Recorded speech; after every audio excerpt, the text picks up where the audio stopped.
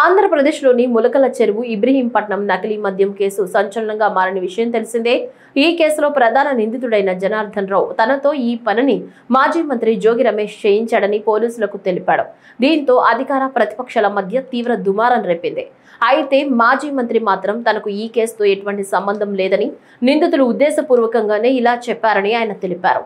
అలాగే కల్తీ మద్యం కేసులో తనకు ఎటువంటి సంబంధం లేదని, 7 కొండలు సాక్షిగా, ఇంద్రకీలాద్రి సాక్షిగా ప్రమాణం చేసేందుకు సిద్ధమని సీఎం చంద్రబాబు తనతో పాటు వచ్చి ప్రమాణం చేయాలని ఆయన పిలుపునిచ్చారు.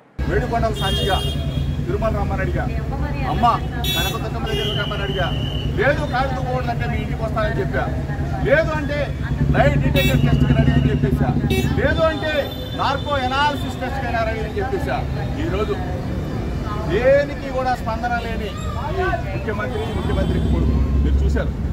వీళ్ళే కాదు, ఈ శాఖ మంత్రి వచ్చిన, ఏది ఎక్సైజ్ శాఖ మంత్రి వచ్చిన, సిట్ అధికారులు వచ్చిన ప్రమాణం చేయడానికి జోగి రమేష్ ఎప్పుడైనా సిద్ధంగా ఉన్నాడు అని చెప్పేసి అమ్మవారి సాక్షి.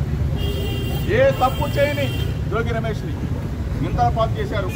మీరే వచ్చి అమ్మవారి సాక్షిగా జోగి రమేష్ మీద మేము తప్పుడు మాటలు మాట్లాడామని చెప్పమని చెప్పేసి మీడియా మిత్రుల సాక్షిగా అడుగుతా ఉన్నా.